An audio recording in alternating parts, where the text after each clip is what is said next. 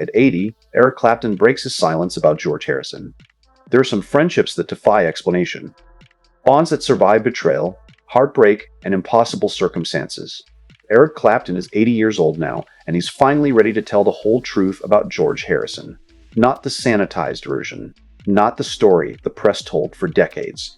The real story. About two men who loved the same woman.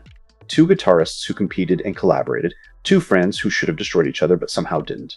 For years, Clapton kept quiet about what really happened between them. About the guilt he carried. About the forgiveness he never thought he deserved. But now, with the wisdom that only comes from 8 decades of living, he's speaking. And what he reveals isn't just about music or fame or even love. It's about what it means to lose everything and be forgiven anyway. Eric Clapton was born Eric Patrick Clapton on March 30th, 1945 in Ripley, Surrey, England. He was raised under unusual family circumstances. He grew up believing his grandparents were his parents and that his mother was his sister. When he discovered the truth, it shattered something inside him. That discovery would deeply affect him for the rest of his life, influencing the way he expressed emotion through music. From a young age, he found refuge in the guitar. He immersed himself in blues records. Robert Johnson, Muddy Waters, B.B. King. These formative influences shaped not only his musical style, but also his identity as an artist who bridged American blues traditions with British rock innovation. Clapton first came to prominence in the early 60s as a member of the Yardbirds, a band at the forefront of the British blues explosion. Though the Yardbirds achieved commercial success, Clapton left the group in 1965 because he felt they were straying too far from their blues roots in pursuit of a more pop-oriented sound. His dedication to authenticity, even at the cost of commercial success, became a defining trait of his career. After departing the Yardbirds, Clapton joined John Mayall and the Bluesbreakers, where he earned the nickname Slowhand and carved out a reputation as a blues guitarist of extraordinary skill, passion, and technical precision. In 1966, Clapton co-founded the legendary power trio Cream alongside Jack Bruce and Ginger Baker. With Cream, Clapton pushed the boundaries of rock music, blending improvisation, heavy blues, and psychedelic elements into a revolutionary sound. Although Cream lasted only 2 years due to internal tensions and creative differences, their brief run solidified Clapton's status as a global rock star and a pioneer of the Guitar Hero era. After Cream disbanded, Clapton formed another supergroup, Blind Faith, with Steve Winwood, Ginger Baker, and Rick Gregg. The Blind Faith released only one album. The short-lived project revealed Clapton's restless musical spirit, constantly searching for new sounds and deeper expressions. He also collaborated with various artists and later formed Derek and the Dominos, whose 1970 album became one of rock's greatest masterpieces. The title track, inspired by Clapton's unrequited love for Pattie Boyd, the wife of his friend George Harrison, remains one of the most iconic love songs ever written. Defined by its searing guitar riffs and raw emotional power, that's where the story really begins, with a woman, a friendship, and a betrayal that should have ended everything. Eric Clapton's personal life has always been as deeply interwoven with his music as it has been with the people closest to him. One of the most notable friendships and eventual love stories of his life began in the late 60s, when he grew close to George Harrison of the Beatles. Their friendship wasn't casual. It was born out of mutual respect and admiration for each other's artistry. Clapton was invited into Harrison's world, playing guitar and Beatles songs, and the two often spent long hours sharing ideas, experimenting with new sounds, and collaborating in ways that pushed both of their creative boundaries. Yet beneath the camaraderie and artistic bond, Clapton found himself facing a very personal struggle. He had fallen in love with Harrison's wife, Pattie Boyd, the English model and muse who had already inspired Harrison's famous love song. Clapton's feelings for Boyd became the source of both passion and anguish. His unrequited love for her drove him to write some of his most iconic music, including a song that laid bare his torment and longing. "I couldn't help how I felt," Clapton said years later. "I loved her with everything I had, and I think George knew it long before anyone else did."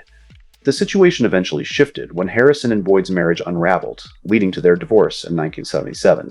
Freed from the constraints of her marriage to Harrison, Boyd and Clapton finally formalized their long and complicated relationship. On March 27, 1979 in Tucson, Arizona, the couple were married in what seemed to many as the resolution of a years-long love triangle that had fascinated fans and the media alike. For Clapton, who had battled through struggles with addiction and the pain of his longing for Boyd, the marriage was both a personal victory and a new beginning. But what might have destroyed a lesser friendship somehow evolved into one of the strangest and most enduring bonds in music history. Harrison, though hurt, never fully turned away from Clapton. And that's the part that haunts Clapton to this day. "George was hurt, and I knew it," Clapton confessed. "But the incredible thing about him was that he forgave me. He was the most forgiving man I've ever known. If this story about Eric Clapton touches your heart, please share with someone who needs to hear it. Clapton described Harrison not only as a bandmate in moments when their musical worlds overlapped, but as a kindred spirit. George was more than just a friend, Clapton admitted. He was like a brother to me, but at the same time, there was always this unspoken competition between us. Both men were guitarists of extraordinary ability, but with very different styles.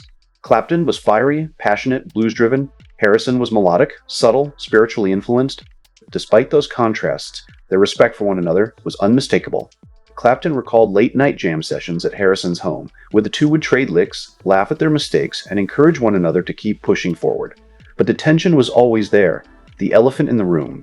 Clapton poured his obsession and longing into his music, penning songs that became anthems of heartbreak and desire.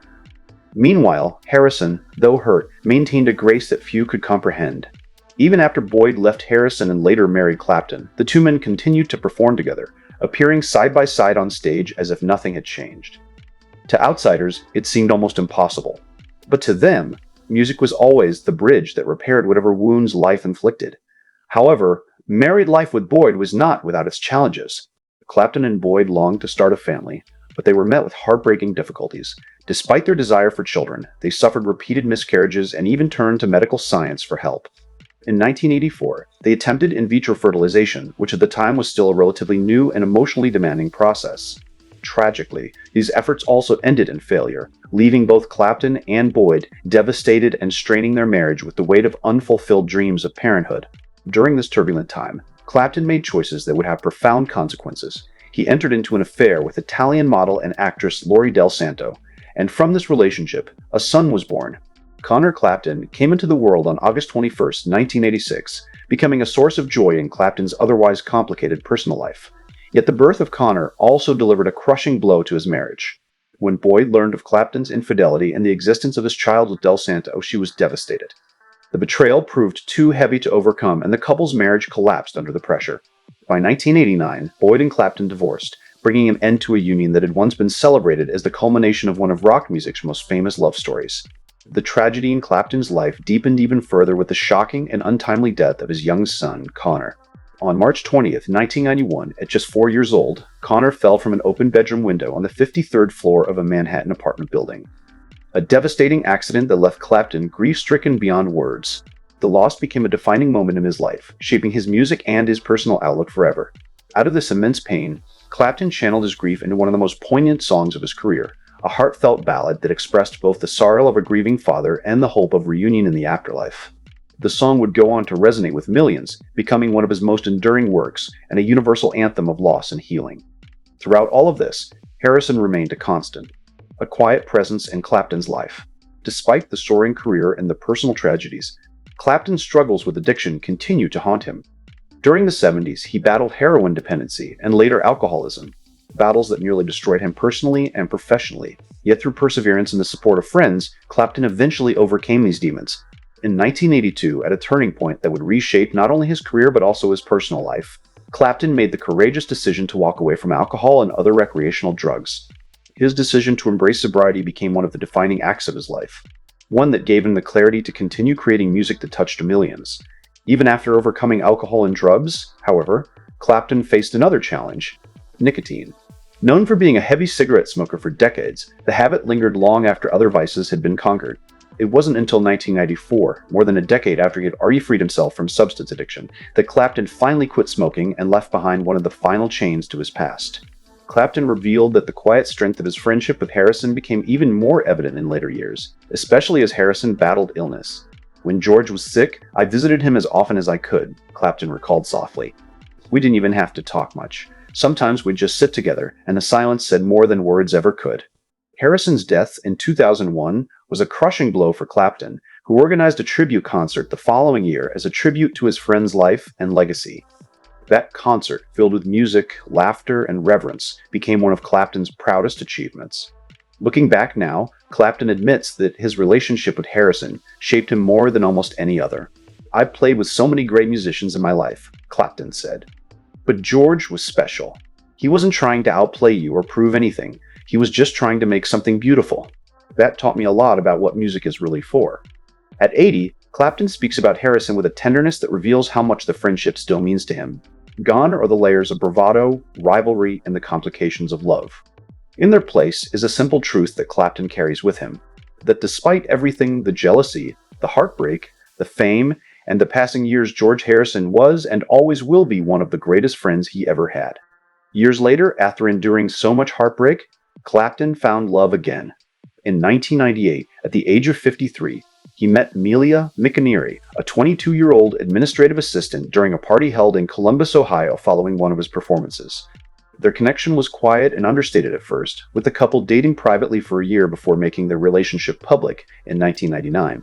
Unlike his earlier high-profile romances that were often fraught with turmoil and scrutiny, this partnership brought Clapton stability and peace. On January 1, 2002, they were married in a modest ceremony in Ripley, the very village where Clapton had been born, tying his new chapter of life to his roots. Together, they went on to build the family Clapton had always longed for, raising 3 daughters who brought him joy and grounding after years marked by turmoil, loss, and reinvention. Clapton admitted that he carried guilt for many years over how the situation with Harrison and Boyd unfolded. "George was hurt, and I knew it," he confessed. "But the incredible thing about him was that he forgave me. He was the most forgiving man I've ever known." George had this light about him, Clapton said. Even when things were dark, he carried peace with him. "I miss him every day, and the truth is, I'll never stop missing him." At 80 years old, Eric Clapton has lived the life that few musicians could ever imagine, filled with extraordinary achievements, painful struggles, and legendary friendships. Now, in his later years, Clapton has finally spoken openly, reflecting on the depth of that relationship with Harrison and revealing truths he kept guarded for much of his career. If this story moved you, hit that like button and subscribe for more untold stories from music's greatest legends. Share this with someone who needs to understand that forgiveness isn't weakness. It's the strongest thing 2 people can build together. Because Eric Clapton and George Harrison should have hated each other, the world expected them to. But instead, they showed us something far more powerful. That real love doesn't crumble under betrayal. It bends, it breaks, and somehow, if you're lucky, it forgives. And maybe that's the greatest lesson either of them ever taught us.